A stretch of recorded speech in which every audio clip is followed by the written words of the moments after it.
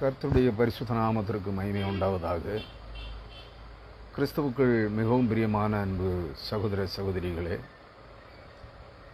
கடைசி நாட்களில், அதாவது கர்த்தர் சிதறுண்ட தம்முடைய ஜனங்களை திரும்பவும் கூட்டி சேர்க்கிற அந்த நாளில் அசீரியாவில் கர்த்தருடைய ஜனங்களுக்கு ஒரு பெரும் பாதை உண்டாயிருக்கும் என்று பரிசுத்த வேதம் சுட்டிக்காட்டுகிறது.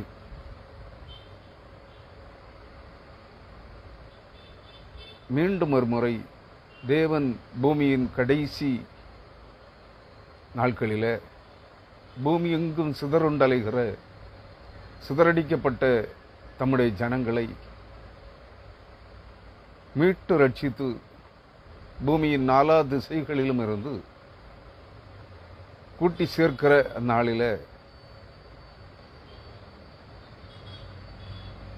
அவர் தம்முடைய ஜனங்களுக்கென்று ஒரு கொடியை ஏற்றுவார்.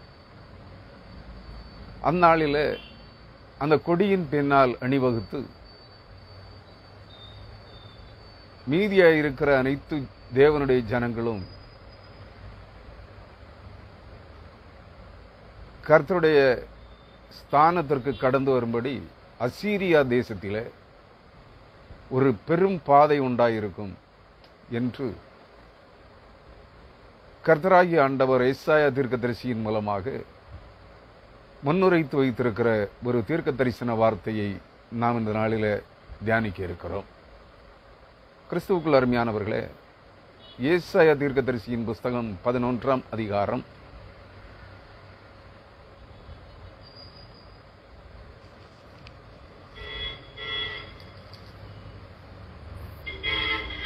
10ஆம் வசனம் சொல்லுகிறது, அக்காலத்தில் ஜனங்களுக்கு கொடியாக நிற்கும் ஈசாயின் வேருக்காக ஜாதிகள் விசாரித்து கேட்பார்கள்.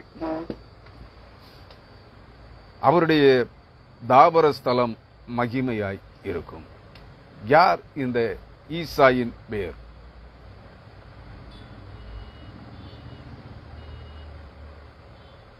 மீட்டு ரட்சிக்கப்படுகிற தேவ ஜனங்களுக்காக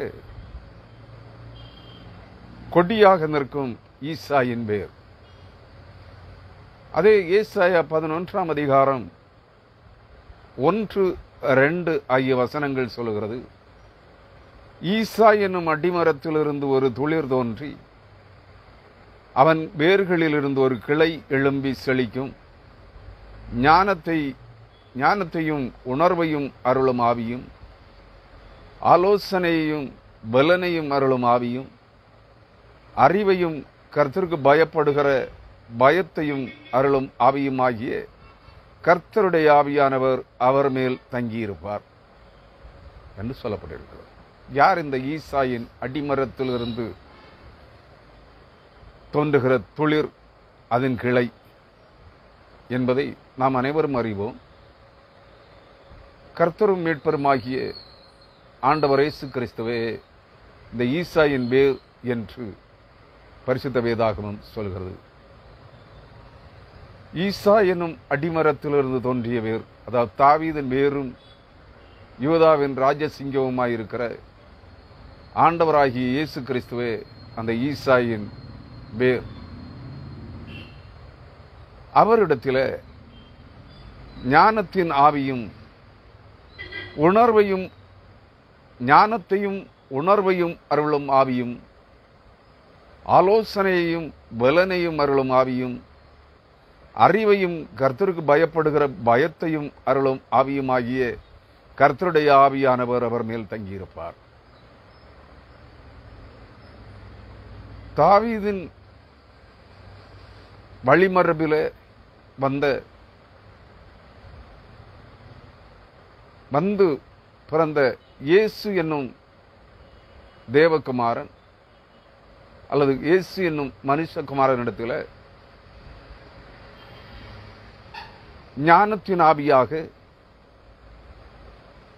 உணர்வை அருளும் ஆவியாக, ஆலோசனையின் ஆவியாக, பலனை அருளும் ஆவியாக, கர்த்தருக்கு பயப்படுகிற பயத்தை தூண்டி எழுப்புகிற ஆவியாக கர்த்தருடைய ஆவியானவர் அந்த இயேசுவின் மேல் தங்கியிருப்பார் என்று சொல்லப்பட்டிருக்கிறது.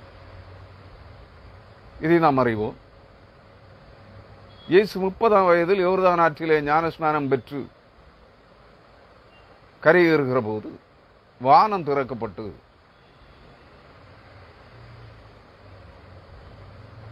பரிசுத்த ஆவியானவர் புறாவின் வடிவம் கொண்டு இயேசுவின் மேல் இறங்கி தங்கினார். அந்த பரிசுத்த ஆவியானவரே ஞானத்தின் ஆவியாக, புத்தியின் ஆவியாக, உணர்வை அருளும் ஆவியாக, ஆலோசனையை கொடுக்கிற ஆவியாக, பலப்படுத்துகிற ஆவியானவராக, அறிவையும் கர்த்தருக்கு பயப்படுகிற பயத்தையும் உருவாக்குகிற தூண்டுகிற ஆவியாக கர்த்தருடைய ஆவியானவராக இயேசுவின் மேல் இறங்கி தங்கினவர் அவரே கிறிஸ்து. அவரே கிறிஸ்து. கிறிஸ்துவே ஆவியானவர். பவுல் இதை கொரிந்தியருக்கு எழுதின நிருபத்திலே வண்ணமாக சொல்லுவார். கர்த்தருடைய ஆவி எங்கே உண்டோ அங்கே விடுதலை உண்டு, கர்த்தரே ஆவியானவர் என்று சொல்கிறார். விடுதலையை, ரட்சிப்பை தருகிற ஆவியானவர். இந்த சுட்டிக்காட்டப்படுகின்ற அனைத்து ஆவியும், அனைத்து ரகம், அனைத்து விதமான அந்த குணாதிசயங்களையும் கொண்ட, இந்த பண்பியல்புகளை கொண்ட ஆவியானவர் பரிசுத்த ஆவியானவரே. அந்த பரிசுத்த ஆவியானவரே தேவனாக இருக்கிறார். அந்த பரிசுத்த ஆவியானவராகிய கிறிஸ்துவே தேவகுமாரனாக இருக்கிறார். தாவீதின் வேராகிய இயேசு, தாவீதின் வம்சத்தில் தோன்றிய ஈசாயின் அடிமரத்திலிருந்து தோன்றிய அந்த துளிர், அந்த துளிரிலிருந்து கிளை விட்டு எழும்பிய அந்த கிளையாகிய யூத ராஜசிங்கமனும் இயேசுவே கிறிஸ்துவாக இருக்கிறார். அக்காலத்தில் இந்த பூமியின் ஜனங்களை 10ஆம் வசனம், இடைப்பட்ட வசனங்களை நான் இதற்கு முந்தைய செய்தியிலே உங்களோடு பகிர்ந்து கொண்டிருக்கிறேன். 3ஆம் வசனத்தை கூட இதோடு சேர்த்து இணைத்து பார்க்க விரும்புகிறேன். கர்த்தருக்கு பயப்படுதல் அவருக்கு உகந்த வாசனையாயிருக்கும். யாருக்கு? இந்த கர்த்தருடைய ஆவியானவர் ஈசா எனும் அடிமரத்திலிருந்து தோன்றிய துளிரின் கிளையாகிய இயேசுவோடு இணைந்திருக்கிற பரிசுத்த ஆவியானவருக்கு கர்த்தருக்கு பயப்படுகிறதில் அவருக்கு உகந்த வாசனையாயிருக்கும். நீதிமொழிகளின் புஸ்தகம் 1ஆம் அதிகாரம் 7ஆம் வசனம் நமக்கு சொல்லுகிறது, கர்த்தருக்கு பயப்படுதலே ஞானத்தின் ஆரம்பம், மூடர் ஞானத்தையும் போதகத்தையும் அசட்டை பண்ணுகிறார்கள். யார் யார் இந்த நற்செய்திகளை, கர்த்தருடைய வார்த்தைகளை, ஞானத்தையும் அறிவையும் புத்தியையும் உணர்வையும் அருளுகிற அந்த ஆவிக்குரிய இறை போதனைகளை யார் யார் அசட்டை செய்கிறார்களோ, பரிகசிக்கிறார்களோ, அவைகளை விட்டு ஓடுகிறார்களோ, அவர்கள் மூடர்களாக இருக்கிறார்கள். இந்த ஆவியானவர் தான் இந்த ஏசாயா 11ஆம் அதிகாரம் 2ஆம் வசனம் சொல்லுகிறபடி, 3ஆம் வசனங்கள் சொல்லுகிறபடி, ஞானத்தை, கர்த்தருக்கு பயப்படுகிற பயத்தை நமக்குள்ளே தூண்டி எழுப்புகிறவர். ஒவ்வொரு தெரிந்து கொள்ளப்பட்ட இறைமக்களுடைய உள்ளத்திலும் கர்த்தருக்கு பயப்படுகிற பயத்தை தூண்டி எழுப்புகிற ஆவியானவர் இதே பரிசுத்த ஆவியானவர். இந்த பரிசுத்த ஆவியான உணர்வருளும் ஆகிய ஆவியை, பரிசுத்த ஆவியானவர் ஆகிய இந்த உணர்வருளும் ஆவியானவர் நமக்குள்ளே கர்த்தருக்கு பயப்படுகிற பயத்தை தூண்டி எழுப்பாவிட்டால் நாம் இறை ஞானமாகிய தேவனை அறிகிற அறிவிலே வளர முடியாது. அதைத்தான் இங்கே சொல்லுகிறார், கர்த்தருக்கு பயப்படுதலே ஞானத்தின் ஆரம்பம். கர்த்தருக்கு பயப்படுகிற பயம் இவருக்குள்ளே இருக்கிறதோ,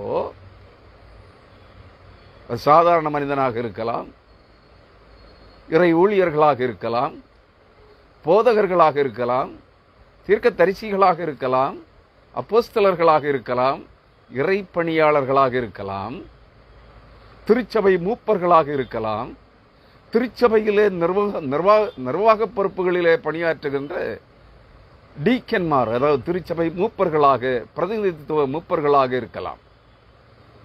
எவர் ஒருவருக்குள்ளாக இருந்தாலும் சரி, கர்த்தருக்கு பயப்படுகிற பயம் எடுக்க வேண்டும். கர்த்தருக்கு பயப்படுகிற பயம் அற்ற எந்த இறை ஊழியனும், எந்த இறை மக்களும், எந்த இறை பணியாளர்களும், எந்த திருச்சபை தலைவர்களும்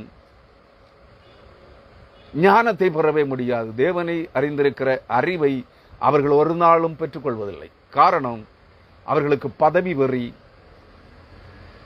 நான் என்கிற அகந்தை, பண ஆசை, பொருளாசை, நான் தான் தலைவன், இந்த திருச்சபைக்கு தலைவன் நான், இந்த ஆலயத்திற்கு தலைவன் நான் என்கிற ஒரு விதமான அகம்பாவம் அவர்களுக்குள்ளே இருக்கும். ஒரு காலம் அவர்கள் கர்த்தருக்கு பயப்பட மாட்டார்கள். நான் வைத்ததுதான் சட்டம், நான் சொன்னதுதான் வார்த்தை என்று செயல்படுவார்கள். இன்றைய திருச்சபைகள் அனைத்தும் சீரழிந்து கொண்டிருப்பதற்கும், இன்றைய கிறிஸ்தவ மக்கள் அனைவரும் சீர்கெட்டவர்களாய் வாழ்வதற்கும் இதுவே காரணம். இவர்களை நடத்துகிற தலைவர்களானாலும் சரி, ஊழியர்களானாலும் சரி, தீர்க்கதரிசிகளானாலும் சரி, ஆவி பெற்றவர்களானாலும் சரி, இவர்களுக்கு கர்த்தருக்கு பயப்படுகிற பயம் இவர்களிடத்திலே இல்லை. ஏன்? இவர்களெல்லாம் சொல்லிக் கொள்கிறார்கள், நாங்கள் அபிஷேகிக்கப்பட்டவர்கள்,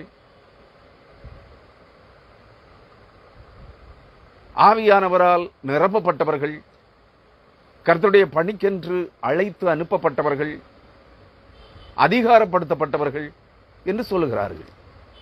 இவர்களை அதிகாரப்படுத்தினவர்கள் மனிதர்கள்.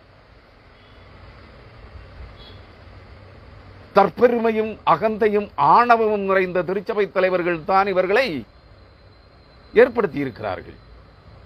ஆதலால் இவர்கள் பரிசுத்த ஆவியானவராலே அழைக்கப்பட்டவர்களும் அல்ல, பரிசுத்த ஆவியானவராலே நிலைப்படுத்தப்பட்டவர்களும் அல்ல, பரிசுத்த ஆவியானவராலே நிரப்பப்பட்டவர்களும் அல்ல. பரிசுத்த ஆவியானவராலே நிரப்பப்பட்டிருந்தார்களானால் கர்த்தருக்கு பயப்படுகிற பயத்தை தூண்டி எழுப்புகிற பரிசுத்த ஆவியானவர் இவர்களுக்குள் இருந்திருப்பாரானால் இவர்கள் கர்த்தருக்கு பயப்பட்டிருப்பார்கள். திருச்சபையின் தலைவர் கர்த்தர் என்பதை அறிந்திருப்பார்கள். தங்களை தெரிந்து கொண்டவர், தங்களை ஏற்படுத்தினவர், தங்களை நிலைப்படுத்தினவர், தம்முடைய ஜனங்களை வழிநடத்துவதற்காக தங்களை ஏற்படுத்தினவர் பரிசுத்த ஆவியானவராகிய தேவன் என்று அறிந்திருப்பார்கள். ஏன் இவர்களிடத்திலே பரிசுத்த ஆவியானவர் இல்லை? இந்த உலகத்தில் எவர் ஒருவரானாலும் சரி, தர்க்கம் பண்ணுகிறவர்கள் தர்க்கம் பண்ணிக் கொள்ளுங்கள், எனக்கு ஒன்றுமில்லை. எந்த தீர்க்கதரிசியினிடத்திலும், எந்த அப்போஸ்தலனிடத்திலும் தங்களுக்கு தாங்களே அவதார புருஷர்கள் என்று பட்டம் சூட்டிக் கொண்டிருக்கிறார்களே, தீர்க்கதரிசிகள், அப்போஸ்தலர்கள், பேராயர்கள், போதகர்கள், திருச்சபை தலைவர்கள், சர்ச் லீடர்ஸ் அல்லது எல்டர்ஸ், மூப்பர்கள், நிர்வாகிகள் என்று மார்தட்டிக் கொள்கிறார்களே, இவர்களிடத்திலே பரிசுத்த ஆவியானவர் இல்லவே இல்லை. இவர்கள் நிர்வாக பொறுப்புகளிலே பதவி வெறியினால் நிர்வாக பொறுப்புகளிலே தலைவர்களாக வந்திருக்கிறார்கள். இவர்களுக்கு கர்த்தருக்கு பயப்படுகிற பயமும் இவர்களுக்கும் எந்த சம்பந்தமும் இல்லை. இவர்களிடத்தில் கர்த்தருக்கு பயப்படுகிற பயம் என்பது கடுகளவும் இல்லை. காரணம், இவர்களிடத்திலே ஆவியானவர் இல்லை. பரிசுத்த ஆவியானவரால் இவர்கள் நடத்தப்படவில்லை. கர்த்தருக்கு பயப்படுகிற பயம் பயப்படுதலே ஞானத்தின் ஆரம்பம். இவர்களுக்கு தேவனை அறிந்திருக்கிற, தேவனை குறித்த அறிவு, ஆண்டவராகிய இயேசு கிறிஸ்துவை குறித்த அறிவு, பரிசுத்த ஆவியானவராய் இருக்கிற தேவனை குறித்த அறிவு கடுகளவும் இல்லை. பின் இவர்கள் எப்படி ஞானத்திலே தேறுகிறார்கள்? சான்ஸே கிடையாது. இவர்களை பின்பற்றுகிறவர்கள் மூடர்களே, இவர்களும் மூடர்கள். இந்த வசனம் சொல்லுகிறது, மூடர் ஞானத்தையும் போதகத்தையும் அசட்டை பண்ணுகிறார்கள் என்று சொல்லுகிறது. இங்கே அந்த வசனமும் அதுதான். ஏசாயா 11ஆம் அதிகாரம் 2ஆம் வசனமும் 3ஆம் வசனமும் அதைத்தான் சுட்டி காட்டுகிறது. கர்த்தருக்கு பயப்படுதல் அவருக்கு உகந்த வாசனையாயிருக்கும். எவருக்கு? ஞானத்தின் ஆவியினால், புத்தியின் ஆவியினால், கிருபையின் ஆவியினால், உணர்வர்களும் ஆவியினால், ஆலோசனையின் ஆவியினால், அறிவை உணர்த்துகிற ஆவியினால் கர்த்தருக்கு பயப்படுகிற பயத்தை அருளுகிற ஆவியாகிய பரிசுத்த ஆவியானவரால் நிறைந்திருக்கிற இயேசு கிறிஸ்துவுக்கு கர்த்தருக்கு பயப்படுதல் அவருக்கு உகந்த வாசனையா இருக்கும். யார் யார் ஆண்டவராகிய இயேசு கிறிஸ்துவுக்கு பயப்படுகிறார்களோ, பரிசுத்த ஆவியானவரால் நடத்தப்பட்டு தேவனாகிய கர்த்தர், கர்த்தராகிய ஆண்டவர், கர்த்தர் என்றெல்லாம் அழைக்கப்படுகிற ஆண்டவராகிய இயேசு கிறிஸ்துவுக்கு பயப்படுகிறார்களோ, அது இந்த ஆண்டவராகிய இயேசு கிறிஸ்துவுக்கு ஈசாயின் அடிமரத்திலிருந்து தோன்றிய வேரும் அந்த வேரிலிருந்து துளிர்த்த துளிரும் அந்த துளிரின் கிளையுமாயிருக்கிற இயேசு கிறிஸ்துவுக்கு உகந்த வாசனையாக இருக்கா?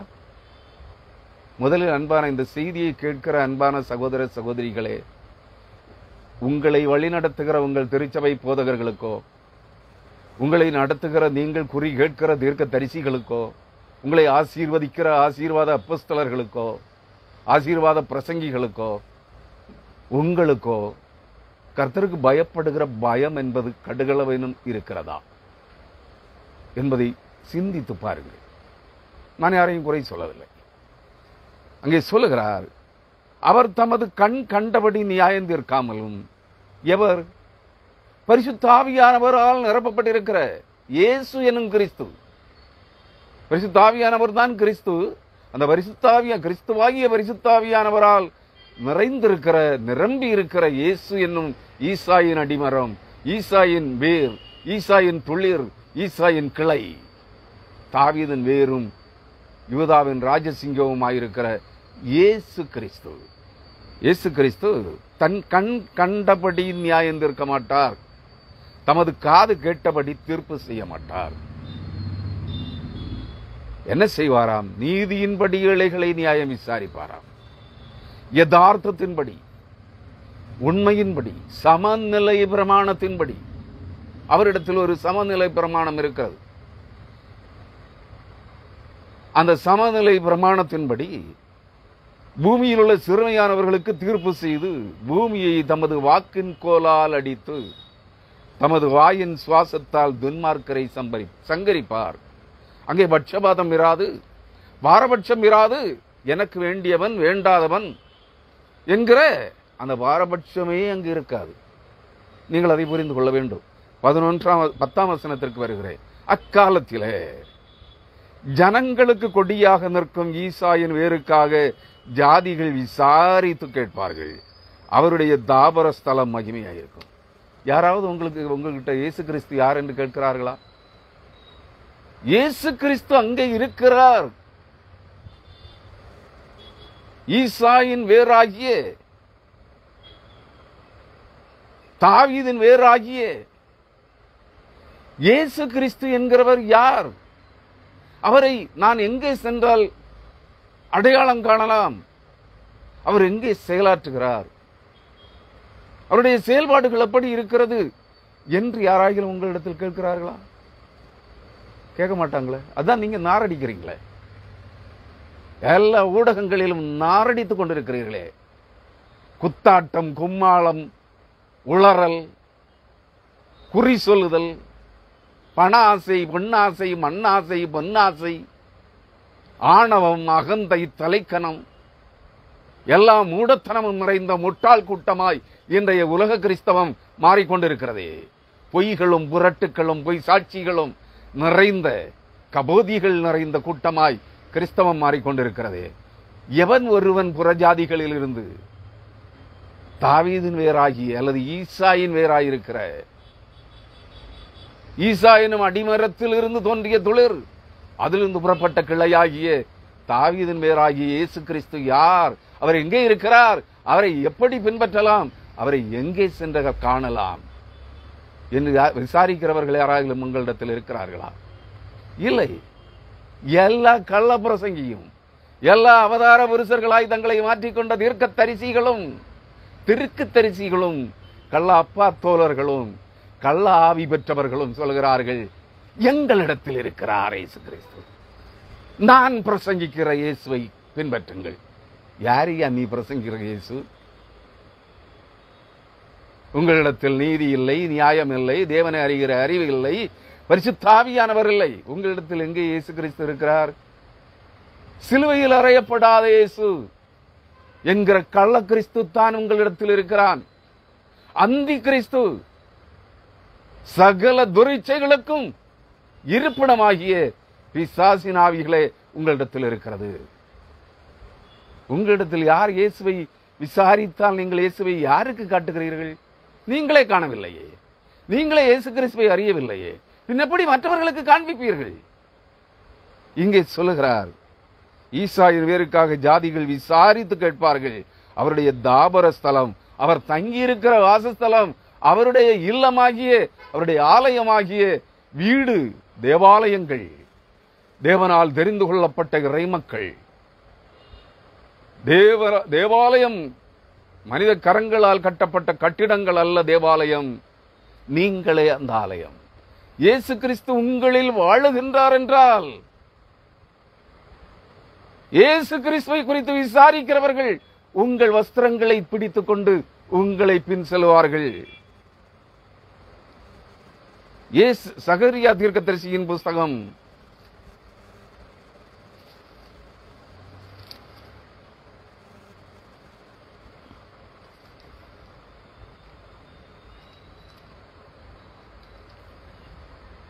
8ஆம் அதிகாரம் 23ஆம் வசனத்திலே ஒரு வாக்கியம் இருக்கிறது.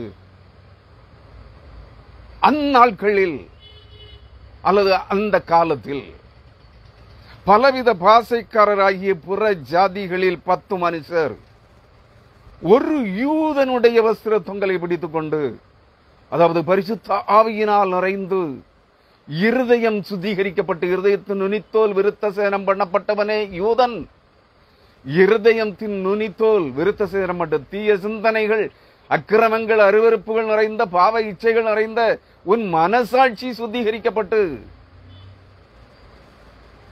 பரிசுத்த ஆவியானவர், ஞானத்தை அருளுகிற ஆவி, புத்தியை அருளுகிற ஆவி, உணர்வருளும் ஆவி, மனம் திரும்புதலுக்காக உன்னை நடத்துகிற ஆவி, பாவத்தை உணர்த்துகிற ஆவி, உன்னை கடிந்து கொண்டு சுத்திகரிக்கிற ஆவி, பரிசுத்த ஆவியினால் நிறைந்திருக்கிற ஒரு மனிதனிடத்திலே அவன்தான் யூதன். புறம்பான ஆணுறுப்பு நுனித்தோல் விருத்த சேதனம் பண்ணப்பட்டவன் யூதன் அல்ல. இருதயத்தின் நுனித்தோல் விருத்த சேதனம் பண்ணப்பட்டு உள்ளான உன்னுடைய பிரேத குழியாகி இருதயம் சுத்திகரிக்கப்பட்டு புதுப்பிக்கப்பட்டு இயேசு கிறிஸ்துவின் ரத்தத்தால் கழுவப்பட்டு பரிசுத்த ஆவியினால் நிரப்பப்பட்டவனே யூதன். அவனிடத்தில் தேவன் வாசமாயிருக்கிறார். அதுவே தேவன் தங்கும் வாசஸ்தலம். அதுவே இயேசு கிறிஸ்து ஆகிய பரிசுத்த ஆவியானவர் தங்கியிருக்கிற ஆலயம்.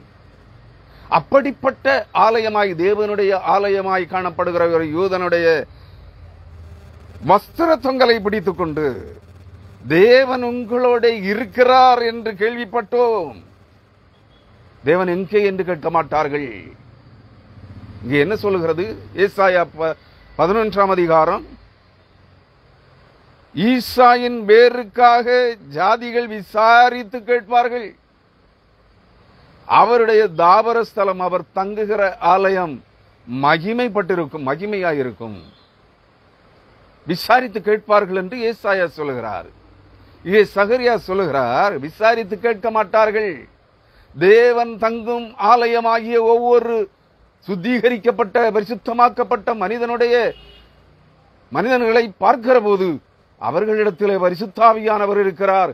அவர்களிடத்திலே மரித்து உயிர்த்தெழுந்த இயேசு கிறிஸ்துவாகிய மீட்பர் இரட்சகர் இருக்கிறார் என்பதை அறிந்து கொண்டு அவனுடைய வஸ்திர தொங்கலை பிடித்துக் கொண்டு தேவன் உங்களோட இருக்கிறார் என்று கேள்விப்பட்டோம், ஆகையால் உங்களோட கூட போவோம் என்று சொல்லி அவனை பற்றி கொள்வார்கள் என்று சேனைகளின் கர்த்தர் சொல்கிறார்.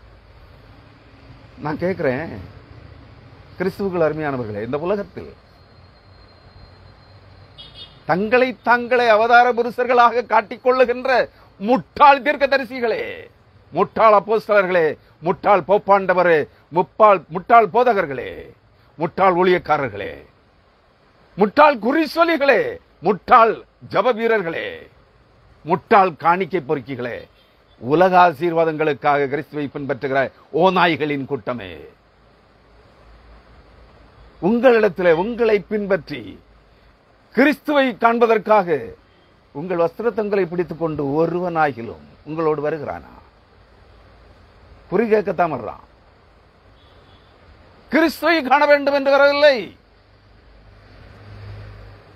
கிறிஸ்துவை பார்க்க வேண்டும் என்று வரவில்லை, ஆத்தும ரட்சிப்பை பெற வேண்டும் என்று வரவில்லை, உலக ஆசீர்வாதங்களை பெற்றுக் கொள்ள வேண்டும் என்கிற ஒரே நோக்கத்தோடு உங்களை பின்பற்றுகிறார்கள் லட்சக்கணக்கில் கோடிக்கணக்கில். அதானே உண்மை, இல்லை என்று சொல்லுகிறீர்களா? கிறிஸ்துவுக்குள் அருமையானவர்களே, அக்காலத்திலே ஏசாயா 11ஆம் அதிகாரம் 11ஆம் வசனம், அக்காலத்திலே, அந்த நாள் வருகிற காலத்திலே கர்த்தர் நடமாடும் ஆலயங்களாகிய தேவனால் தெரிந்து கொள்ளப்பட்ட இறை மக்களோடு வாசம் செய்கிற அக்காலத்திலே ஆண்டவர் அசீரியாவிலும் எகிப்திலும் பத்ரோஸிலும் எத்தியோப்பியாவிலும் பர்சியாவிலும் சினேயாரிலும் ஆமாத்திலும் சமுத்திர தீவுகளிலும் தம்முடைய ஜனத்தில் மீதியானவர்களை மீட்டுக்கொள்ள திரும்ப இரண்டாம் விசை தமது கரத்தை நீட்டுவார்.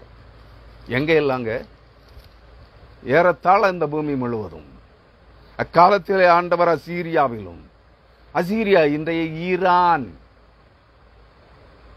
அசீரியா என்பது இன்றைய ஈரான், சிரியா ஆகிய நாடுகளை உள்ளடக்கிய பகுதி அசீரியா. அசீரியா, எகிப்து, இஸ்ரவேலர்கள் அடிமைகளாக இருந்தார்களே, எகிப்திலும் அசீரியாவிலும், அதாவது ஈரான், சிரியா முதலான நாடுகளிலும், அசீரியாவிலும், எகிப்திலும், பத்ரோஸிலும், பத்ரோஸ்ங்கிறதும் எகிப்து தான், எகிப்திலும், எகிப்தின் ஒரு பகுதி, எத்தியோப்பியாவிலும், எத்தியோப்பியாங்கிறது சோமாலியா, நைஜீரியா, எத்தியோப்பியா முதலான ஆப்பிரிக்க கண்டங்கள், ஆப்பிரிக்க கண்டத்திலும், பர்சியாவிலும், பர்சியாங்கிறது இப்போது இருக்கிற ஈராக், கல்தேயருடைய தேசம், பர்சியர்களும் கல்தேயர்களும் வாழ்ந்த தேசம் இன்றைய ஈராக், ஈராக்கிலும், சினையாரிலும், சினையார் பாபிலோன், பழைய பாபிலோன், பழைய பாபிலோனும் இன்றைய ஈராக்கிலே தான் இருக்கிறது. பர்சியாவும் ஈராக் தான், சினையார் ஈராக்கில் இருக்கிற பாபிலோன் பட்டணம். சினையாரிலும் ஆமாத்திலும் சமுத்திர தீவுகளிலும், ஆமாத் என்கிற தேசமும் ஏதேசம் இந்த பகுதிகளை உள்ளடக்கிய கிழக்காசிய நாடுகளிலே தான் இருக்கிறது. மத்திய கிழக்காசியா, தென்கிழக்காசிய நாடுகளிலே தான் இருக்கிறது. இது ஒட்டுமொத்தமாக மத்திய கிழக்காசியா, தென்கிழக்காசியா, வடமேற்காசியாவை தான் குறிப்பிடுகிறது. ஆமாத்திலும் சமுத்திர தீவுகளிலும், ஐரோப்பிய கண்டங்களிலும், சமுத்திரங்களை சூழ்ந்திருக்கிற சமுத்திர தீவுகளிலும், சமுத்திரங்களை சுற்றி இருக்கிற சமுத்திரக்கரை நாடுகள் அனைத்தும், உலகம் முழுவதையும் சுட்டி காட்டுகிறார். அனைத்திலும் தம்முடைய ஜனத்தில் மீதியானவர்களை மீட்டுக் கொள்ள திரும்ப இரண்டாம் விசை தமது கரத்தை நீட்டுவார்.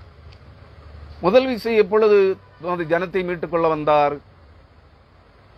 அதாங்க ஈசா எனும் அடிமரத்தில் இருந்து தோன்றிய துளிர், அதிலிருந்து கிளைத்த கிளைத்தெழும்பிய அந்த கிளை தாவீதின் வேராகிய இயேசு கிறிஸ்து, அவருடைய முதலாம் வருகை, அவருடைய முதலாம் ஜனனம், அவர் கல்வாரி சிலுவையிலே மனுக்குல ரட்சிப்புக்காய் தம்மை சிலுவையிலே பாடுபடவும், ரத்தம் சிந்தவும், மரிக்கவும், அடக்கம் பண்ணப்படவும், உயிர்த்தளவும் ஒப்புக் கொடுத்தாரே, அதுதான் முதலாம் வருகை, முதல் வருகை. புரிந்து கொள்ளுகிறீர்களா? இப்பொழுது இரண்டாம் விசை வருகிறார் என்று ஏசாயா சொல்லுகிறார். அவர் இரண்டாம் விசை தமது கரத்தை நீட்டி, இரண்டாம் விசை வரும்போது இயேசு கிறிஸ்துவாக வரமாட்டார், பரிசுத்த ஆவியானவராக வருகிறார். நன்றாக உணர்ந்து கொள்ளுங்கள். இயேசு கிறிஸ்து நன்றாக சொன்னார், நான் போவேனே ஆயில் வேறொரு தேற்றரவாளனை உங்களுக்கு அனுப்புவேன். அவர்தான் பரிசுத்த ஆவியானவர், அவர்தான் சத்தியாவியானவர், பெந்தெக்கோஸ்தே நாளிலே முன்மாறி மலையாக ஊற்றப்பட்டவர், இங்கே பின்மாறி மழையாக வரப்போகிறார் பரிசுத்தாவியானவர். தாங்கிக் கொள்வீர்களா? நீங்களெல்லாம் பரிசுத்தாவி பெற்றவர்களாயிற்றே, ஆவி அபிஷேகம் பெற்றோம் என்று சொல்லுகிறீர்களே, ஆவியினால் நடத்தப்படுகிறோம் என்கிறீர்களே. ஆவியானவர் இரண்டாம் விசை இந்த பூமிக்கு வருகிற போது, முதல் விசை பெந்தேகோஸ்தே நாளிலே வந்த அனுபவம், அந்த இடம் முழுவதும் அசைந்தது. பலத்த இடிமுழக்கம் என்ற பெரும் சத்தம் உண்டாயிற்று. அக்கினி தீப்பிழம்புகள், அக்கினி ஜுவாலை அங்கே பற்றி எரிந்தது. யார் யாருடைய சிரசின் மேல், யார் யாருடைய சரீரங்களின் மேல் பரிசுத்த அக்கினி ஜுவாலை வந்து இறங்கியதோ அவர்கள் பரிசுத்தமாக்கப்பட்டார்கள். அவர்களின் மேல் பரிசுத்தாவியானவர் இறங்கி வந்தார்.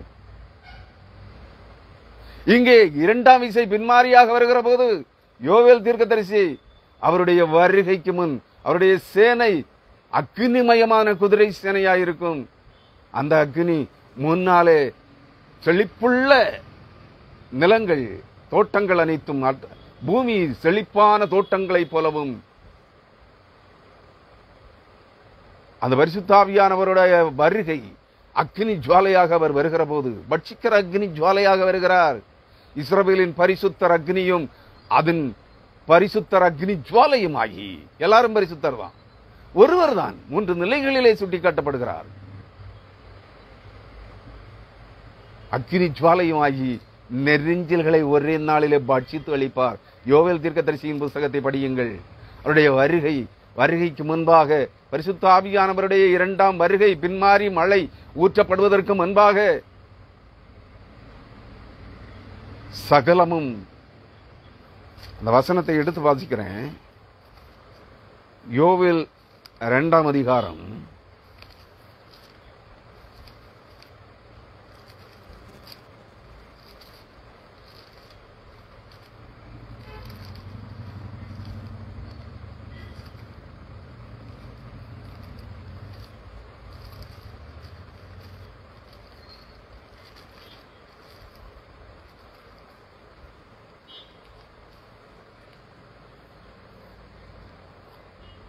அவைகளுக்கு முன்னாக அக்னி பட்சிக்கும், அவைகளுக்கு பின்னாக ஜுவாலை எரிக்கும். அவைகளுக்கு முன்னாக தேசம் ஏதேன் தோட்டத்தை போலவும், அவைகளுக்கு பின்னாக பாழான வனாந்தரத்தை போலவும் இருக்கும். அவைகளுக்கு ஒன்றும் தப்பிப்போவதில்லை. அந்த நாள் மப்பும் மந்தாரவுமான நாளாக இருக்கும். கர்த்தருடைய ஆவியானவர், பரிசுத்த ஆவியானவர் இந்த பூமியின் மேல் பின்மாறி மழையாக இறங்கி வருகிற நாள் மகா பயங்கரமான நாளாக இருக்கும். கர்த்தராகிய இயேசு கிறிஸ்து அவர் இரண்டாம் விசையாக வருகிற நாள். இயேசு கிறிஸ்துவாக வரமாட்டார், பரிசுத்த ஆவியானவராக வருகிறார். அதைத்தான் ஏசாயா 11ஆம் அதிகாரம் 11ஆம் வசனம் சொல்லுகிறது. அவர் இரண்டாம் விசை தமது கையை நீட்டி. இதைத்தான் ஆமோஸ் தீர்க்கதரிசியும் சொல்லுகிறான், ஆகாய் தீர்க்கதரிசியும் சொல்லுகிறான். சகல ஜாதிகளாலும் விரும்பப்பட்டவர் வருவார். யார் வருவார்? சகல ஜாதிகளாலும் விரும்பப்பட்டவர் வருவார். சகல ஜாதிகளாலும் விரும்பப்படுகிறவர் ஆவியாயிருக்கிற தேவன், பின்மாறி மழையாய் ஊற்றப்பட போகிற பரிசுத்த ஆவியானவர் சொல்லுகிறார். சகல ஜாதிகளையும் அசைய பண்ணுவேன். ஆகாய் 2ஆம் அதிகாரம் 7ஆம் வசனம். சகல ஜாதிகளையும் அசைய பண்ணுவேன். பெந்தேகோஸ்தே நாளிலே 120 விசுவாசிகள் உட்கார்ந்திருந்த மேல் வீட்டறை, அந்த பகுதி எருசலேம் பட்டணம் அசைக்கப்பட்டது போல் அவர் பின்மாறி மழையாக இந்த பூமியின் ஜனங்களின் மேல் தெரிந்து கொள்ளப்பட்ட இறைமக்களை மீட்டு ரட்சிக்கும்படியாக இந்த பூமி எங்கிலும் கடந்து வருகிற போது அவருடைய வருகை சகல ஜாதிகளையும் அசைய பண்ணும் சொல்லுகிறது வசனம். நான் சொல்லல, வசனம் சொல்லுகிறது. நீ பரிசுத்த ஆவியை பெற்றுக்கொள்ள வேண்டும் என்றால் உன் சரீரம் உச்சம் தலை முதல் உள்ளங்கால் மழை குலுங்கி அசைந்திருக்க வேண்டும். அசைஞ்சுதான் நீ தான் குலுக்கிறாய். இங்க ஆவி பெற்றவர்கள் தான் குலுக்குகிறார்கள், குத்தாட்டம் கொடுறாங்க. நீ ஆவியை பெற்றபோது உன் சரீரமோ குலுங்கி நடுங்கி அசையவில்லை. நீ அதை புரிந்து கொள். ஆனால் இவர்கள் உன்னை பிடித்து மல்லாக்க தள்ளுகிறார்கள். எல்லாம் ரெடிமேட் தான். இந்த அனுபவம் பரிசுத்தாவி பெந்தேகோஸ்தே அனுபவம் என்று சொல்கிறாயே முட்டாள் கிறிஸ்தவனே, பெந்தேகோஸ்தே அனுபவம் என்றால் இதுதான். உன் இருதயம் குலுங்கும், உன் இருதயம் அசையும், தன் இடத்தை விட்டு அசையும். பூமியை தேவன் பரிசுத்த ஆவியானவராகிய இயேசு கிறிஸ்து இரண்டாம் விசை இந்த பூமிக்கு பின்மாறி மலையாக வருகிற போது இந்த பூமி ஒரு குடிசையை போல் அசைத்து தள்ளப்படும். ஆகாய் 2ஆம் அதிகாரம் 6ஆம் வசனம், சேனைகளின் கர்த்தர் சொல்லுகிறார், அதே இயேசு கிறிஸ்துவை சொல்லுகிறார், கொஞ்ச காலத்துக்குள்ளே இன்னும் ஒரு தரம் நான் வானத்தையும் பூமியையும் சமுத்திரத்தையும் வெட்டாந்தரையும் அசைய பண்ணுவேன். நீ உன்னை அசைக்க மாட்டாரா? உன் இருதயம் அசைக்கப்படாதா? உன் சரீரத்தின் அவயவங்கள் குலுக்கப்படாதா? நீதான் உருளன்மா? முட்டாள் கிறிஸ்தவர்களே, ஆவி எங்கிருந்து எந்த வழியாக உங்களுக்குள் பிரவேசித்தது? இது ஒண்ணும் சம்பவிக்கலையே. பரிசுத்த ஆவியானவர் இறங்கி வந்த போது, பெந்தெக்கோஸ்தே நாளிலே பரிசுத்த ஆவியானவர் முதல் விசை வந்த போது பலத்த காற்றடிக்கிற முழக்கம் போல வெறும் சத்தம் எருசலேம் பட்டணத்திலே அப்போஸ்தலர்களும் சீடர்களும் உட்கார்ந்து 120 விசுவாசிகள் அமர்ந்திருந்த மேல் வீட்டறை மொத்தமும் குலுக்கப்பட்டது. இங்க எங்கய்யா குலுங்குது? நீங்க தான் குலுக்குறீங்க உங்களை. கேவலமான பிறவிகளே, பிசாசின் மக்களே, உங்களை நீங்களே குலுக்கிக் கொள்ளுகிறீர்கள். கர்த்தருக்கு பயப்படுகிற பயம் என்பது கடுகளவும் உங்களிடத்தில் இல்லை. எல்லாம் பணம் ஆசை, பணப்பொறுக்கிகள், காணிக்கை பொறுக்கிகளும் பண ஆசை பிடித்த கேவலமான பிசாசின் பிள்ளைகளுமாயிருக்கிறீர்கள். உங்களிடத்தில் பரிசுத்த ஆவியானவர் இருக்கிறாரா? கிறிஸ்துவுக்குள் அருமையானவர்களை நன்றாக கேளுங்கள். சகல ஜாதிகளையும் அசைய பண்ணுவேன். ஒருவன் அல்ல, பரிசுத்த ஆவியை பெற்றுக் கொள்ளுகிறவன் மட்டுமல்ல அசைக்கப்படுவான். சகல ஜாதிகளும் இந்த பூமியில் இருக்கிற 3600க்கு அதிகமான ஜாதி ஜனங்களும் அசைக்கப்படுவார்கள். நீங்க உங்களை மட்டும் குலுக்குறீங்க. எச்ச பொறுக்கிகளே, இதுக்கு மேல கடுமையான வார்த்தைகளை பேச வரவில்லை. பயமாக இருக்கிறது. கிறிஸ்துவுக்குள் பிரியமானவர்களே, சகல ஜாதிகளாலும் விரும்பப்பட்டவர் வருவார். ஆகாய் 2ஆம் அதிகாரம் 7ஆம் வசனம் 2ஆம் வாக்கியம். சகல ஜாதிகளாலும் விரும்பப்பட்டவர் வருவார். எல்லா ஜாதிகளும் பரிசுத்த ஆவியாயிருக்கிற தேவனுடைய வருகையை எதிர்பார்த்துக் கொண்டிருக்கிறார்கள். அதுதான் ஏசாயா சொல்கிற 2ஆம் இசை. பூமியில் சகல தேசங்களிலும் சமுத்திரக்கரை தீவுகளிலும் குடியிருக்கிற தம்முடைய ஜனத்தில் மீதியானவர்களை மீட்டுக் கொள்ள திரும்ப 2ஆம் இசை தமது கரத்தை நீட்டுவார். அதான் பின்மாறி மழையாக பரிசுத்த ஆவியானவர் வருகிறார். சகல ஜாதிகளாலும் விரும்பப்பட்டவர் வருவார். இந்த ஆலயத்தை மகிமையினால் நிறைய பண்ணுவேன் என்று சேனைகளின் கர்த்தர் சொல்லுகிறார். எந்த ஆலயம்? எருசலேம் தேவாலயம் மட்டுமல்ல, இந்த பூமி எங்கும் தேவன் இயேசு கிறிஸ்து சொன்னார், சமாரியா பெண்ணிடத்திலே ஆபிரகாமின் ஈசாக்கின் கிணற்றண்டை யாக்கோபின் கிணற்றண்டையிலே நின்று சமாரிய பெண்ணிடத்திலே சொன்னார், வழி தப்பி திரிந்த 6 கணவர்களோடு வாழ்ந்து கொண்டிருந்த 5 கணவர்களை புறம்பே தள்ளிவிட்டு 6வது ஒருவனோடு வாழ்ந்து கொண்டிருந்த ஒரு வேசித்தன ஆவியினால் பிடிக்கப்பட்டிருந்த இன்றைய கிறிஸ்தவமும் அந்த சமாரிய பெண்ணை போலவே இருக்கிறது. ஆணித்தரமாக சொல்லுகிறேன். அந்நிய ஆவிகளை பின்பற்றி ஓடிக்கொண்டிருக்கிற வேசி பிள்ளைகளின் கூட்டமாய் கிறிஸ்தவம் மாறிக்கொண்டிருக்கிறது. அந்த சமாரியா பொன் இடத்துல இயேசு கிறிஸ்து சொன்னார், இப்பொழுது உனக்கு இருக்கிறவன் புருஷன் அல்ல, உனக்கு 5 புருஷர்கள் இருந்தார்கள், இப்போது இருக்கிறவனும் உனக்கு புருஷன் அல்ல. பலவிதமான அந்நிய ஆவிகளை பின்பற்றி ஓடிக்கொண்டிருக்கிற கள்ள கிறிஸ்தவ ஊதாரி கூட்டமே, மனம் திரும்பு, சமாரியா பெண்ணை போல் இருக்கிறீர்கள். ஆகவே கர்த்தர் எல்லா ஜாதிகளாலும் விரும்பப்பட்டவர் வருவார். இந்த ஆலயத்தை, உங்களுடைய சரீரத்தை பரிசுத்த ஆவியினால் நிரப்பப்பட போகிற தேவனால் தெரிந்து கொள்ளப்பட்ட தேவ ஜனங்களுடைய இருதயத்தை, அந்த தேவ ஜனங்கள் கூடி தேவனை ஆராதிக்கிற தேவ ஆலயங்களை தேவன் தம்முடைய மகிமையினால் நிரப்ப பண்ணுவார். அப்பொழுது தேவனுடைய வாசஸ்தலம், ஏசாயா 11ஆம் அதிகாரம் 10ஆம் வசனம், அப்பொழுது அவருடைய தாவரஸ்தலம், அவர் தங்கியிருக்கிற வாசஸ்தலம் மகிமையாயிருக்கும். இங்க எங்கய்யா எந்த புறம்போக்கு பயில்கிட்ட 3 கோடி 4 கோடி விசுவாசிகளை வைத்திருக்கிறேன் என்று சொல்லுகிற காணிக்கை பொறுக்கியும் கர்த்தருடைய அவனையும் அவனுடைய சரீரமும் தேவனுடைய ஆலயமாக மகிமைப்பட்டிருக்கவில்லை. பண ஆசையினாலே சீரழிந்து கொண்டிருக்கிறார்கள். சுமார் 30,000 கோடி சொத்துக்களை உலகமெங்கும் உலக நாடுகளிலெங்கும் சம்பாதி வைத்திருக்கிற அந்த கேவலமான தீர்க்கதரிசியின் குடும்பம் பிச்சைக்காரியை போல் மேடையில் நின்று பிச்சை எடுக்கிறாள். மகா வேசித்தன ஆவியினால் நிரம்பி காணிக்கை பொறுக்கி கூட்டம்.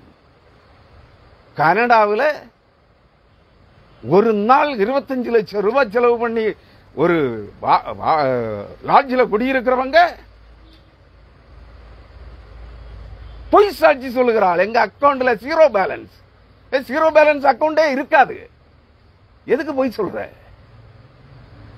நீங்கள் அவளை பின்பற்றுகிறீர்கள். 20ஆம் நூற்றாண்டின் கள்ளத்திற்கு தரிசிகளின் குடும்பம் மதிகட்டவர்களாயிருக்கிறீர்களே. கர்த்தருக்கு பயப்படுகிற பயம் கடுகளவும் இல்லாத மதிகட்ட கிறிஸ்தவ முட்டாள் கூட்டமே, மனம் திரும்புங்கள். அவர் சொல்லுகிறார், ஏசாயா 11ஆம் அதிகாரம் 12ஆம் வசனம், ஜாதிகளுக்கு ஒரு கொடியை ஏற்றி, ஜாதிகளுக்கு, இஸ்ரவேல் ஜனங்களுக்கு இல்ல, யூதர்களுக்கல்ல கொடி, மேலே குறிப்பிடப்பட்ட பூமியின் அனைத்து தேசங்களிலும் 228 தேசங்களிலும் இந்தியா உட்பட இருக்கிற அனைத்து ஜாதி ஜனங்களுக்கும், மேல் ஜாதி கீழ் ஜாதி உயர் ஜாதி என்றில்லை, தாழ்த்தப்பட்டவன் பிற்படுத்தப்பட்டவன் என்றில்லை, அனைத்து ஜாதிகளுக்கும் ஒரு கொடியை ஏற்றி, மீட்பின் கொடி, பரிசுத்த ஆவியானவருடைய கொடி, அரசியல்வாதிகளின் கொடிகள் அல்ல, தேசத்தை ஆளுகிற தலைவர்களின் கொடிகள் அல்ல, மீட்பராகி இயேசு கிறிஸ்துவின் கொடி, 2ஆம் விசை பரிசுத்த ஆவியானவராக வரப்போகிற பரிசுத்த ஆவியின் கொடி. அது இயேசு என்னும் நாமத்தில் இருக்கும். ஜாதிகளுக்கு ஒரு கொடியை ஏற்றி இஸ்ரவேலில் துரத்துண்டவர்களை சேர்த்து, தெரிந்து கொள்ளப்பட்ட இஸ்ரவேல் என்றால் அங்கே லிட்டரலி சொல்லப்படுகிற இஸ்ரவேல் ஜாதி அல்ல. இந்த இடத்திலே இஸ்ரவேல் என்று சொல்லப்படுவது ஜாதி, சகல ஜாதிகளிலும் இருந்து தெரிந்து கொள்ளப்பட்ட இறை மக்கள். இஸ்ரவேல் என்றால் தெரிந்து கொள்ளப்பட்டவர்கள், தெரிந்து கொள்ளப்பட்டவன். நீ தெரிந்து கொள்ளப்பட்டிருக்கிறாயா? நீ எந்த சாதியானமாக இருந்து விட்டு போ, நீ பிராமணனாக இருந்து விட்டு போ, சத்திரியனாக இருந்து விட்டு போ, வைசியனாக இருந்து விட்டு போ, சூத்திரனாக இருந்து விட்டு போ, கேள்வி இல்லை. நீ எந்த சாதியானாகவும் இருந்து விட்டு போ, நீ தேவனால் தெரிந்து கொள்ளப்பட்டிருக்கிறாயா? நீ இயேசு கிறிஸ்துவின் உடன் சகோதரனாக, தேவனுடைய பிள்ளையாக தெரிந்து கொள்ளப்பட்டிருக்கிறாயா? பரிசுத்த ஆவியானவரால் நிரப்பப்படுவதற்கு ஏதுவான தெரிந்து கொள்ளப்பட்ட பாத்திரமாக இருக்கிறாயா? அந்த பாத்திரமாகி உன் இருதயம் உடைக்கப்பட்டிருக்கிறதா? உன் இருதயம் நொறுக்கப்பட்டிருக்கிறதா? உன் இருதயம் அசைக்கப்பட்டிருக்கிறதா? உன் இருதயம் கழுவப்பட்டு சுத்திகரிக்கப்பட்டதா? இல்லை, அடைக்கப்பட்ட பிரேத குழியாக, அடைபட்டு துர்நாற்றம் எடுத்துக் கொண்டிருக்கிற திறக்கப்படாத பிரேத குழியாக உன் இருதயம் இருக்கிறதா? உன் இருதயம் அசைக்கப்பட்டு உடைக்கப்பட்டு நொறுக்கப்படவில்லை என்றால் உன் இருதயம் சுத்திகரிக்கப்பட்டிருக்க முடியாதே. பின்பு எந்த வழியாக பரிசுத்த ஆவியானவர் உனக்குள்ளே வந்தார்? முட்டாள் கிறிஸ்தவனே,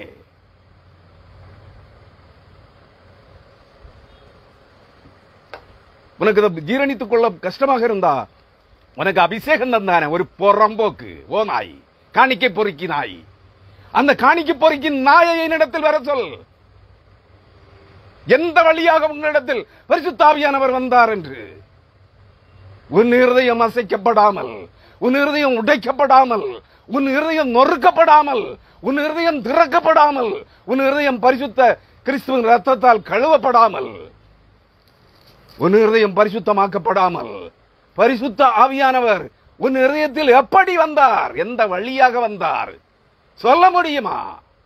கள்ள தீர்க்கதரிசியே, கள்ள அப்போஸ்தலனே, கள்ள விசுவாசியே, கள்ள ஆவி குறுகி போன முட்டாள் கிறிஸ்தவர்களே, பைத்தியக்கார நாய்களே, ஓ நாய்களே, காணிக்கை பொறுக்கிகளே, சொல்ல முடியுமா எந்த வழியாக பரிசுத்த ஆவியானவர் உங்களுக்குள் வந்தார்? ஒன்றை நினைவில் வைத்துக் கொள்ளுங்கள். அவர் சொல்லுகிறார், ஜாதிகளுக்கு ஒரு கொடியை ஏற்றி, அந்த கொடி ஈசாயின் அடிமரமாகிய வேறாகிய இயேசுவே அந்த கொடி, இயேசு கிறிஸ்துவே அந்த கொடியானவர்.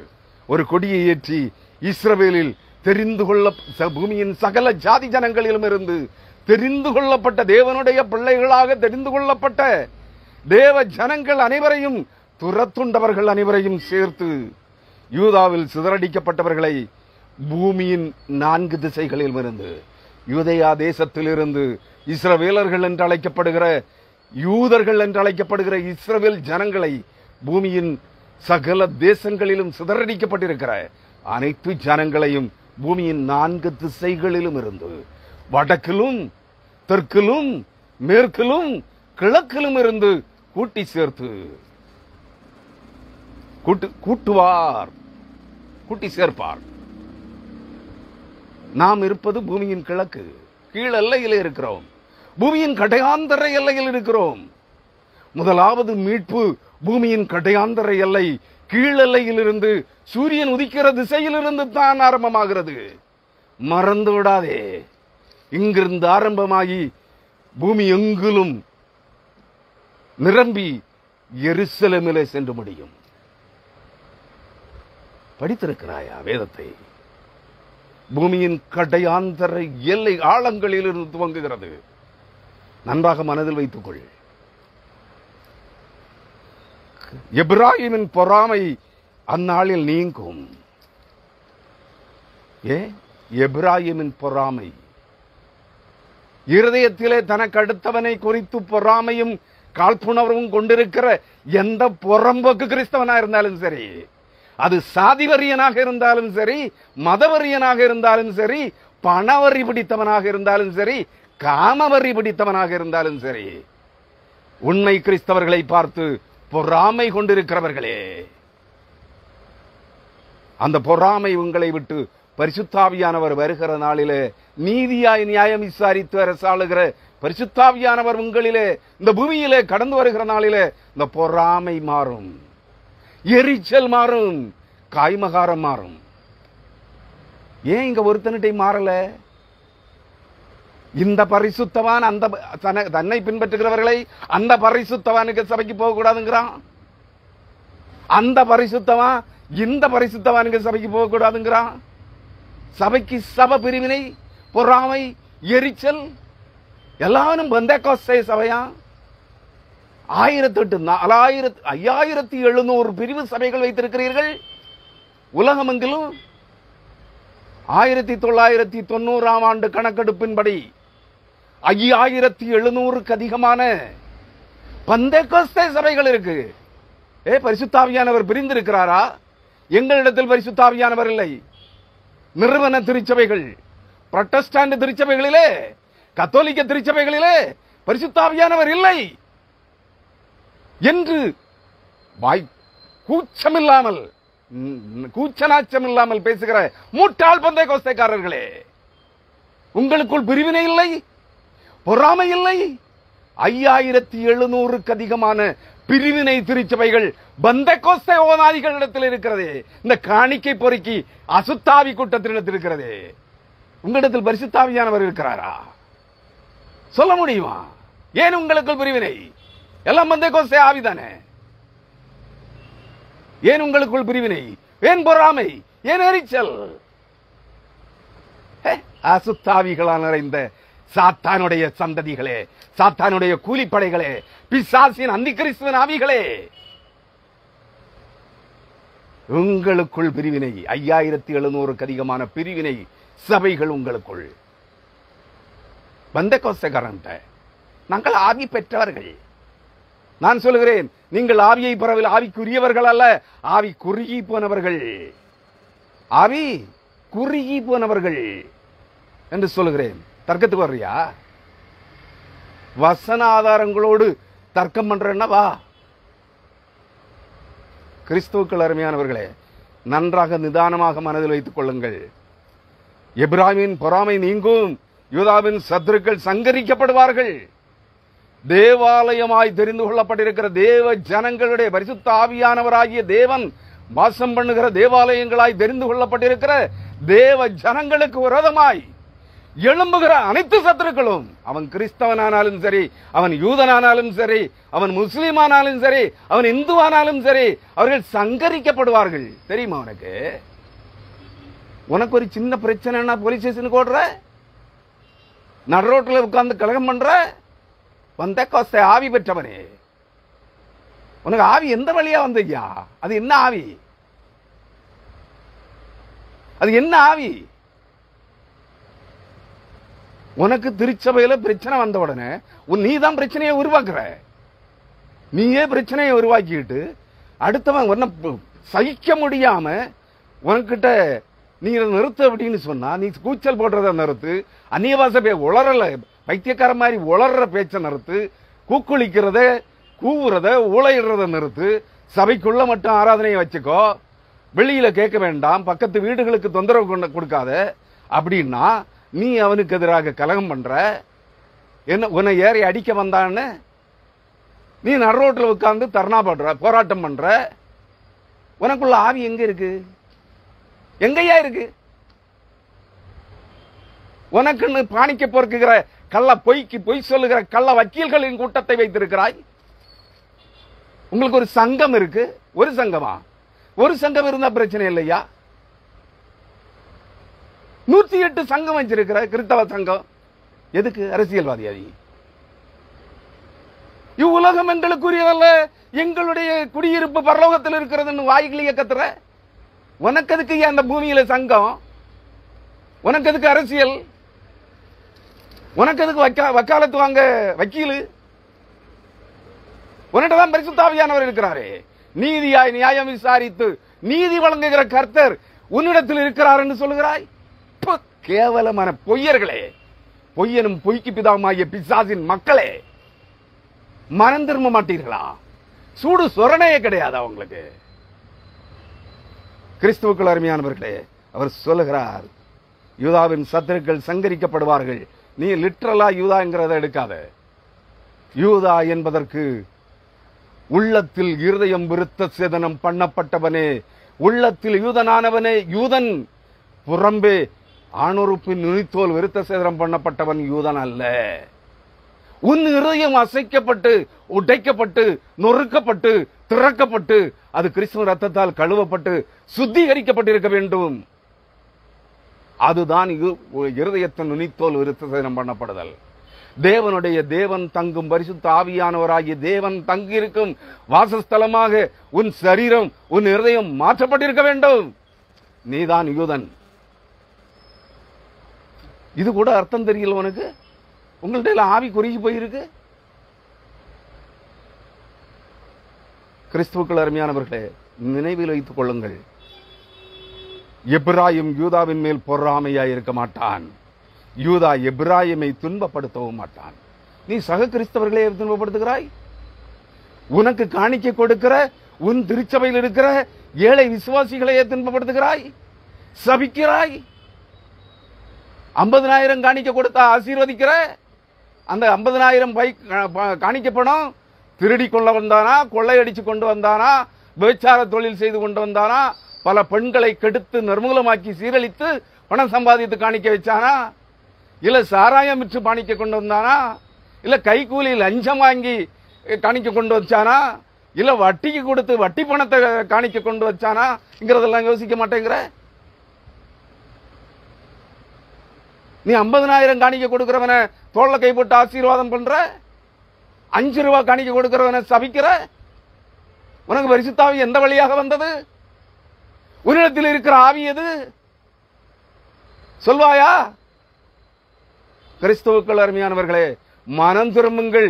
இந்த காணிக்கை பொறுக்கி ஓநாய்களை, இந்த அசுத்தாவிகள், அந்தி கிறிஸ்துவின் கூட்டாளிகளை பின்பற்றுகிறவர்களே, மனம் திரும்புங்கள்.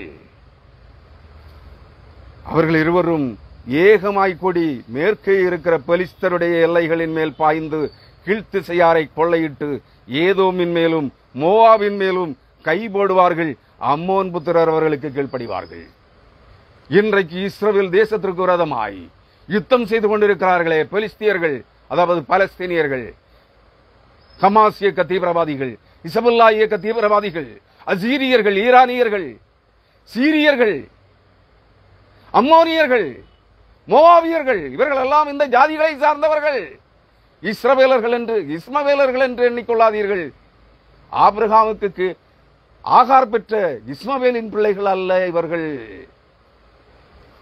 முஸ்லிம் முகம்மதியர்கள் என்ற பெயரை வைத்துக் கொண்டு பெயர் முகமூடியை அணிந்து கொண்டிருக்கிற பெலிஸ்தியர்களும் அம்மோனியர்களும் மோவாபியர்களும் ஆகாகியர்களும் ஏதோமியர்களும் மோவாபியர்களும் அம்மோனியர்களும் பெலிஸ்தியர்களுமாயிருக்கிறார்கள். இவர்களை அனைவரையும் கர்த்தர் பின்மாறி மலையாக பரிசுத்த ஆவியானவராகிய தேவன் இரண்டாம் விசை இயேசு கிறிஸ்துவின் ஆவியானவராக கடந்து இந்த பூமியில கடந்து வருகிற நாளிலே இவர்களெல்லாம் சேர்ந்து, யாரெல்லாம் சேர்ந்து? யூதாவும் எபிராயிமும் சேர்ந்து, தேவ ஜனங்களுடைய கூட்டம் சேர்ந்து இந்த சுற்றி இருக்கிற தேவனுடைய சத்துருக்களை, தெரிந்து கொள்ளப்பட்ட இறைமக்களுடைய சத்துருக்களை இன்றைய நாள் வரை இஸ்ரவேல் தேசத்திலே, உக்ரைன் தேசத்திலே யூதர்களுக்கு விரோதமாய் யுத்தம் செய்து கொண்டிருக்கிற சத்துருக்களின் சேனைகளை சங்கரித்து போடுவார்கள். மனிதர்கள் அல்ல, தேவனுடைய யுத்த சேனை இறங்கும். அதான் யோவேல் தீர்க்கதரிசியின் புஸ்தகம் 2ஆம் அதிகாரத்தை தெளிவாக படி. கர்த்தருடைய யுத்த சேனை வருகிறது. பரிசுத்த ஆவியானவர் அல்லது மரித்து உயிர்த்தெழுந்த இயேசு கிறிஸ்து இரண்டாம் விசை ஆவியானவராக இந்த பூமிக்கு வருவதற்கு முன்பு அவருக்கு முன்னாக 20 கோடி, 5 கோடி 10 கோடி அல்ல, 20 கோடி யுத்த சேனை, குதிரை வீரர்களின் சேனை பட்சிக்கிற அக்னி ஜுவாலைகளை போல் வந்து கொண்டிருக்கிறார்கள். அவர்களுக்கு முன்பாக இந்த பூமி ஏதேன் தோட்டத்தை போலவும், அவர்களுக்கு பின்னாக இந்த பூமி வனாந்தரத்தை போலவும் காட்சியளிக்கும். அந்த நாள் மகா கொடியது. தப்பி பிழைக்க மாட்டாய், மனம் திரும்பு. கர்த்தருடைய பிள்ளைகளுக்கு எந்த தீங்கும் வராது. நினைவில் வைத்துக்கொள். உண்மையாக கர்த்தரை சேவிக்கிறவர்கள், இயேசு கிறிஸ்துவை ஆராதிக்கிறவர்களுக்கோ, உண்மையாக பரிசுத்த ஆவியின் அபிஷேகம் பெற்றவர்களுக்கோ, வர காத்திருக்கிறவர்களுக்கோ எந்த தீங்கும் வராது, எந்த சேதமும் வராது. நினைவில் வைத்துக்கொள். இந்த அசுத்தாவி பெற்ற கூட்டம் எல்லாம் பட்சிக்கப்பட்டு போகும், கருகி சாம்பலாய் போகும், அல்லது விழுந்து அழிந்து நாசமாய் போகும், அலறி கொண்டிருக்கும். மறந்து விடாதே. அவர் சொல்லுகிறார், எகிப்தின் சமுத்திர முனையை கர்த்தர் முற்றிலும் அழித்து தம்முடைய கரத்தின் காற்றின் வலிமையினால், தம்முடைய காற்று, அவருடைய காற்று, மகா பயங்கரமான கோராவாரி பெருங்காற்று, பரிசுத்த ஆவியானவர் காற்று, காற்று பரிசுத்த ஆவியானவர் தான். அதனுடைய ஒரு தன்மை, பரிசுத்த ஆவியானவர் பின்மாரி மலையாக இரண்டாம் விசை பூமிக்கு வருகிற போது அதனுடைய பல தன்மைகள் கொண்டதாக இருக்கும். சத்துருக்களை அழிக்கிறதாக இருக்கும், தெரிந்து கொள்ளப்பட்ட தேவ ஜனங்களை மீட்டு ரட்சிக்கிறதாக இருக்கும், ஞானத்தை அருளுகிறதாக இருக்கும், புத்தியை கொடுக்கிறதாக இருக்கும், கர்த்தருக்கு பயப்படுகிற பயத்தை உனக்குள்ளே தூண்டி எழுப்புகிறதாக இருக்கும். அதனுடைய பரிமாணங்கள் பலவாக இருக்கும். அதில் ஒரு பரிமாணம் என்ன செய்யும்? தம்முடைய காற்றின் வலிமையினால், காற்றின் சக்தியினால், காற்றின் பலத்தினால் நதியின் மேல் தமது கையை நீட்டி 7 ஆறுகளாக பிரித்து ஜனங்கள் கால் நனையாமல் நடந்து போகும்படி பண்ணுவார். எந்த ஆறு? யூப்ரட்டிஸ், டைகிரிஸ் நதிகள். பர்சியா, ஈரான், ஈராக் தேசங்களை சுற்றி ஓடிக்கொண்டிருக்கிற யூப்ரட்டிஸ், டைகிரிஸ் உலகத்தின் மிகப்பெரிய ஆறுகள். அந்த ஆறுகளை 7 நதிகளாக அடித்து பிரிக்க போகிறார். அந்த நாளுக்கு முன்பாக ஐப்ராத்து நதி வற்றி போகும். மீதம் இருக்கிற டைகிரிஸ் நதி 7 ஆறுகளாக பிரிக்கப்படும். ஒரு ஆறு 7 நதிகளாக பிரிக்கப்படும். கையை நீட்டி 7 ஆறுகளாக பிரித்து ஜனங்கள் கால் நனையாமல் கடந்து போகும்படி பண்ணுவார். கடைசி வசனம் 16ஆம் வசனம், ஏசாயா 11:16. இஸ்ரவேலர் எகிப்து தேசத்திலிருந்து புறப்பட்ட நாளிலே, லிட்டரலி இஸ்ரவேல் தேசத்தில் இருக்கிற இஸ்ரவேல் ஜனங்கள், யூதர்கள் என்று அழைக்கப்படுகிற இஸ்ரவேல் ஜனங்கள் எகிப்தின் அடிமைத்தனத்திலிருந்து எப்படி மீட்டுக் கொள்ளப்பட்டு செங்கடலை கடந்து யோர்தானை பிளந்து வாக்குத்தத்தப்பட்ட தேசத்திற்குள் கடந்து கால் நனையாமல் கடந்து வந்தார்களோ, அதுபோல இந்த பூமி என்னால் எல்லை எங்கிலும் இருக்கிற சகல தேசங்களிலும் சகல ஜாதி ஜனங்களிலும் இருந்து தெரிந்து கொள்ளப்படுகிற தேவ ஜனங்கள் நித்திய ஜீவனுக்கென்றும் ஆத்தும ரட்சிப்புக்கென்றும் பரலோக வாழ்வுக்கென்றும் 1000 வருட ஆட்சியின் வாழ்வுக்கென்றும் தெரிந்து கொள்ளப்படுகிற தேவ ஜனங்கள் அனைவரும் கடந்து வரும்படியாக அசீரியாவிலே அவருடைய ஜனத்தில் மீதியானவர்களுக்கு ஒரு பெரும் பாதை இருக்கும். என்ன இருக்குமா? அசீரியாவிலே ஒரு பெரும் பாதை இருக்கும். Assyria, Babylon, Chaldea, Persia, Iran, Iraq, Syria உட்பட்ட பகுதிகள். அதற்கு அடுத்த நாடு ஆப்கானிஸ்தான், பாகிஸ்தான், இந்தியா. நினைவில் வைத்துக் கொள்ளுங்கள், அது மத்திய கிழக்காசியா, நாம் இருப்பது தென்கிழக்காசியா. இங்கிருந்து பூமியின் கீழெல்லை கடையாந்தர எல்லையிலிருந்து, தென்கிழக்காசியாவின் கடையாந்தர எல்லையிலிருந்து துவங்குகிற அந்த மீட்பின் பணி, தெரிந்து கொள்ளப்பட்ட மீட்டெடுக்கப்படுகிற தேவனுடைய ஜனங்கள் இந்த பூமியின் எல்லைகள் 4 திசைகளிலும் இருந்து இஸ்ரவேல் தேசத்திற்கு கூட்டி சேர்க்கப்படும்படியாக அசீரியாவிலே ஒரு பெரும் பாதை உண்டாயிருக்கும். இன்றைய ஈரானிலே, இன்றைய ஈரான், ஈராக், சிரியா பகுதிகளிலே ஒரு பெரும் பாதை உண்டாயிருக்கும். நினைவில் வைத்துக் கொள்ளுங்கள். யாருக்கு? இஸ்ரவேலர்களை யூதாவுக்கு எதிராக யுத்தம் செய்கிறவர்களுக்கு அல்ல, தெரிந்து கொள்ளப்பட்ட இறைமக்கள் மீட்டு ரட்சிக்கப்படுகிற தேவ ஜனங்கள் எருசலேமுக்கு கொண்டு கூட்டி சேர்க்கப்படும்படியாய் அசீரியாவிலே ஈரான், ஈராக், பாபிலோனியா, சிரியா முதலான பகுதிகளுக்குள்ளே ஒரு பெரும் பாதை உண்டாயிருக்கும், ஒரு ஹைவே உண்டாயிருக்கும் என்று கர்த்தர் வேதம் சொல்லுகிறது. கர்த்தர் சொல்லுகிறார், நம்பினால் நம்புங்கள், அந்த நாள் வருகிறது, மிக அருகாமையிலே வந்து கொண்டிருக்கிறது என்பதை மறந்து விடாதீர்கள். அந்த நாள் மப்பும் மந்தாரமுமான நாள், இருளும் அந்தகாரமும் நிறைந்த நாள். ஒருவேளை பகலிலே வெளிச்சமாயிருக்கும், அல்லது இரவிலே வெளிச்சமாயிருக்கும், அல்லது சாயங்காலத்திலே வெளிச்சம் உண்டாகும். ஆனாலும் அது மப்பும் மந்தாரமுமாக இருக்கும். அந்த நாள் வந்து கொண்டிருக்கிறது. கால சூழ்நிலைகள் அனைத்தும் உலக நாடுகள் அனைத்திலும் மாறிக்கொண்டிருக்கிறது. உலகம் முழுவதும், பூமி முழுவதும் கால சூழ்நிலைகள் மாற்றமடைந்து விட்டது. உலக நாடுகள் அனைத்தும் தண்ணீர் பெருக்கினால், இடிமின்னல், பெருமழை, பெருங்காற்று, புயலினால் சேதமடைந்து கொண்டிருக்கிறது. அந்த ஒரு நாள் ஒரு ஒட்டுமொத்த பூமியும் குலுக்கப்படும், அசைக்கப்படும், நர்மூலமாக்கப்படும், பாவிகள் சங்கரிக்கப்படுவார்கள். நீ தெரிந்து கொள்ளப்பட்டவனாக இருந்தால், நீ தேவனுடைய பிள்ளையாக இருந்தால் உனக்கு எந்த சேதமும் உண்டாகாது. சகரியா 14ஆம் அதிகாரம் 1ஆம் வசனம் சொல்லுகிறது, கர்த்தருடைய நாள் மகா பயங்கரமானது.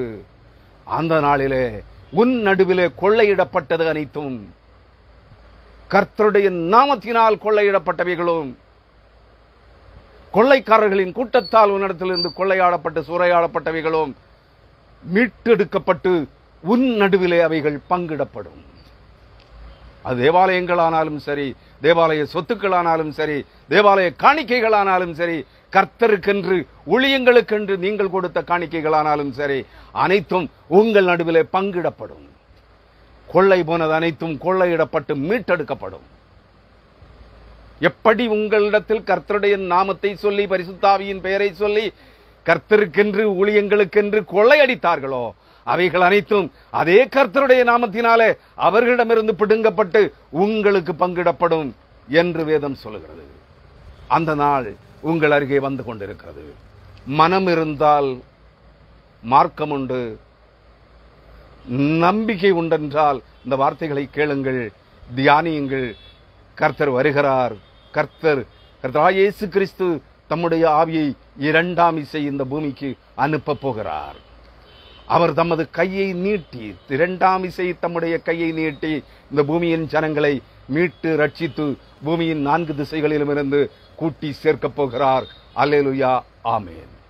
மீண்டும் ஒரு செய்தியோடு சில தினங்களுக்கு பிற்பாடு உங்களை சந்திக்கிறேன். அதுவரை கர்த்தருடைய ஆவியானவர் இந்த வார்த்தைகளின் வழியாக உங்களை நடத்துவாராக. ஆமேன். ஹல்லேலூயா.